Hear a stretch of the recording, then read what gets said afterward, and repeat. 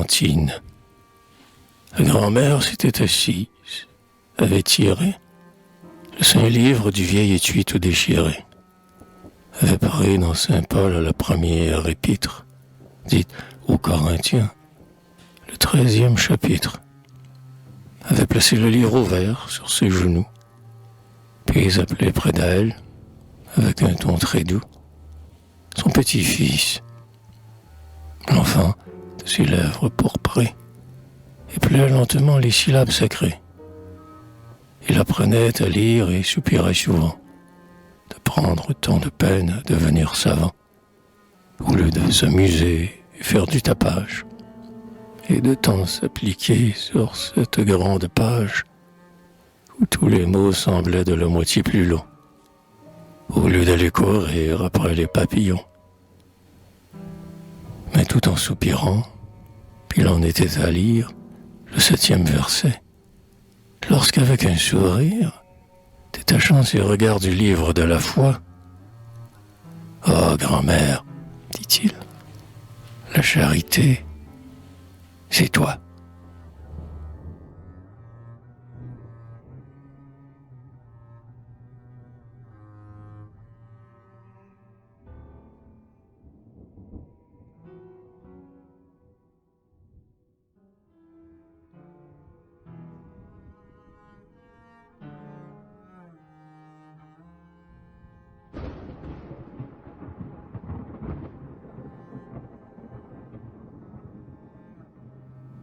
Quand Margot et Ninon, beaux enfants blonds et roses, aux grands yeux bleus naïfs regardant toutes choses, en face, avec surprise et curiosité, ont le matin bien lu, bien écrit, bien compté, et mérité par là leur grande récompense, ce qui n'arrive pas tous les jours, comme on pense.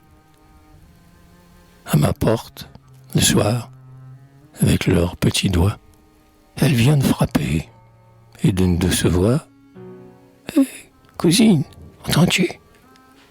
Vite, ouvre !» disent-elles.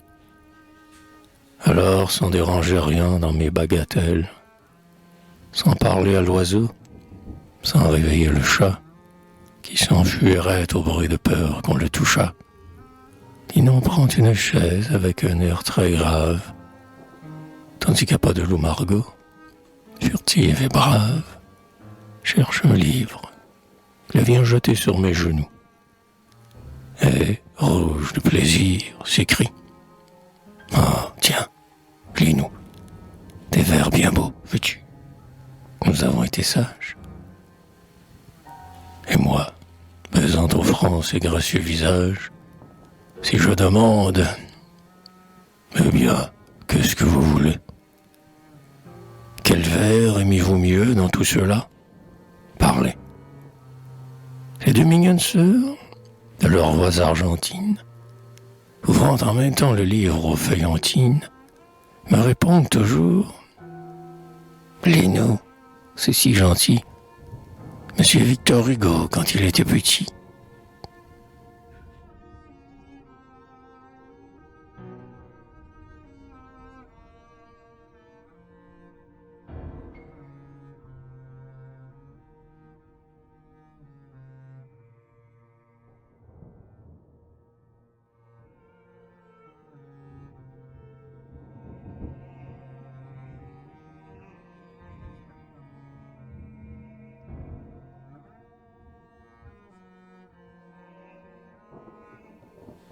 Margot rêve, sa tête penche vers l'épaule d'un air profond, ses grands yeux d'un bleu de pervenche errent du plancher au plafond.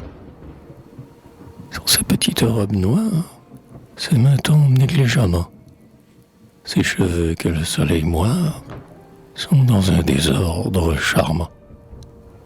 Sa lèvre qu'un soupir soulève ou qu'un soupçon plisse parfois reste muette. Margot rêve. Ce n'est pas la première fois. Depuis plus de temps, son grand-père est mort. Mais sur ce front glacé, que nul sourire ne tempère, triste, elle l'avait embrassé. homme noir au cimetière l'avait porté, puis laissé là, tout seul, sous une grosse pierre. Margot avait su tout cela.